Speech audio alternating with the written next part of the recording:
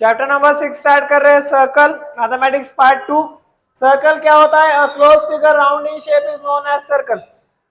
जो round shape का है और हर जगह से क्लोज है, कहीं से भी ओपन नहीं है, उसको हम क्या बोलेंगे? सर्कल। पार्ट्स ऑफ सर्कल ये अपन 6-7 से सीखते आ रहे हैं कि एक सर्कल में कितने पार्ट्स होते हैं। वैसे बहुत सारे होते हैं, जो जो इंपॉर्टेंट है वो ले रहे हैं। जो सेंटर पॉइंट है जहां से राउंडर रख के सर्कल ड्रॉ किया जाएगा उसको बोलेंगे centre of the circle, that is point O. O से जितने भी लाइन सर्कमफ्रेंस तक जा रहे हैं वो होते हैं रेडियस। तो O A is the radius, O B is the radius and O C is the radius. Diameter वो लाइन होती है जो सर्कल को दो पार्ट्स में टच होती है, दो जगह, और सेंटर में से पास होती है, जैसे लाइन ए बी। तो ये है डायमीटर। क्वाड भी सर्कल को दो जगह टच होता है, जैसे डी और ई को टच हो रहा है, लेकिन क्वाड में और डायमीटर में क्या फर्क है? ये सेंटर से नहीं जाएगा। डायमीटर को अपन लॉन्गेस्ट कॉर्ड भी बोल सकते हैं। Diameter is also the longest chord of the circle. समझ में आ रहा है क्या? नेक्स्ट हमारा है types of circle. There are different types of circles. जैसे फर्स्ट वन है कॉन्ग्रुएंट सर्कल्स। कॉन्ग्रुएंट सर्कल मतलब क्या? दो या उससे ज्यादा कितने भी सर्कल जिनका रेडियस सेम हो। जैसे ये सर्कल है, इसका रेडियस 3, ये सर्कल है, इसका रेडियस 3, ये सर्कल है, इसका रेडियस 3।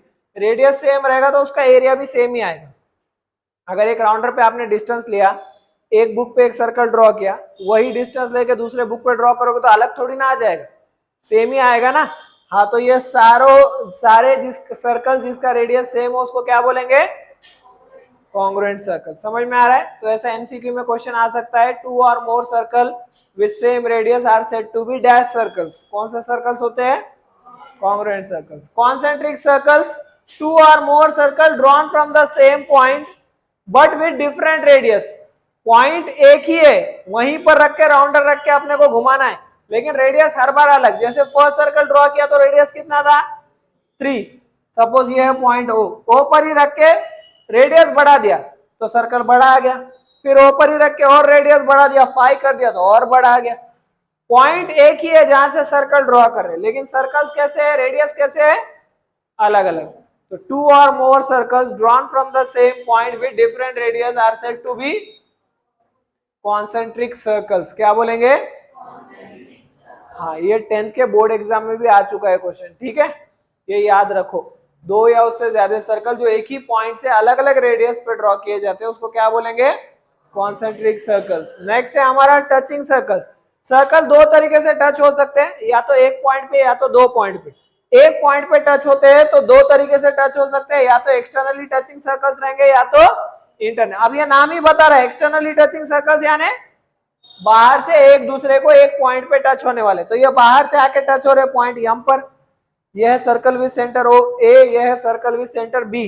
ये दोनों भी एक दूसरे को टच कर रहे हैं पॉइंट यम, लेकिन ये सर्कल दूसरे के अंदर है, तो ये कौन से हो गए?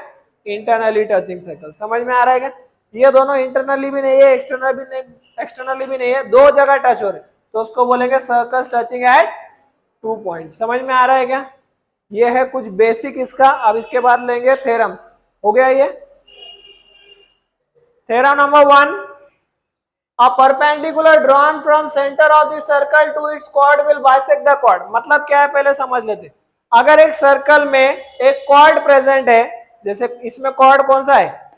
ए बी। ये सर्कल में कॉर्ड है ए बी, और सेंटर से अगर एक परपेंडिकुलर ड्रॉ किया जाए इस कॉर्ड को, तो ये जो परपेंडिकुलर हमने ड्रॉ किया है जिस पॉइंट पर आके टच हो रहा है वो है यम। तो ये पॉइंट यम क्या कर रहा है? इस कॉर्ड को दो पार्ट्स में डिवाइड कर रहा है। मतलब ये कॉर्ड, ये जो परपेंडिकुलर हमने ड्रॉ किया है वो परपेंडिकुलर इस कॉर्ड को क्या करेगा? दो इक्वल पार्ट्स में डिवाइड करेगा। दो इक्वल पार्ट कौन से हो जाएंगे? एक पार्ट हो जाएगा एम, दूसरा पार्ट हो जाएगा यम बी। ये कब होगा? ये कब होता है? जब सेंटर से कोई लाइन कॉर्ड को परपेंडिकुलर हो तभी। अगर ये परपेंडिकुलर नहीं दिया है तो वो बाइसेक्ट भी नहीं करेगा। या तो वहां देना चाहिए या तो क्वेश्चन में बोला होना चाहिए, दोनों में से एक चीज होनी चाहिए। या तो बोला हो कि OM is perpendicular to AB, या तो ये सिंबल दिया हो कि this is perpendicular to AB। समझ में आ रहा है? So if OM is perpendicular to AB then क्या हो जाएगा? Segment AM will be equals to segment BM। अगर कोई लाइन सेंटर से किसी कॉर्ड को परपेंडिकुलर होती है तो वो कॉर्ड को क्या करती है? बाइसेक्ट करती है। क्या करती है?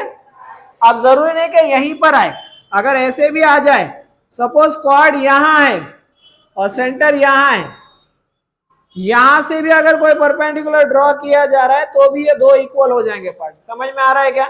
कहीं पर भी क्वाड हो, सेंटर से अगर कोई लाइन जा रही है जो परपेंडिकुलर हो क्वाड को, वो क्वाड को हमेशा क्या कर देगी?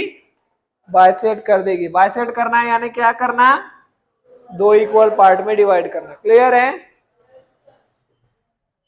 Theorem number 2, a segment joining midpoint of the chord and center of the circle will be perpendicular to the chord। अभी हमने देखा था कि जो लाइन परपेंडिकुलर होती है वो chord को क्या करती है? बाइसेक्ट करती है। अब इसमें परपेंडिकुलर नहीं दिया है, लेकिन ऑलरेडी ये बाइसेक्टेड दिया है। बाइसेक्टेड यानी ये दोनों इक्वल है, हमें बता दिया। अगर ये दोनों इक्वल है तो यम क्या हुआ? ए बी का मिड पॉइंट हुआ। यम क्या हुआ?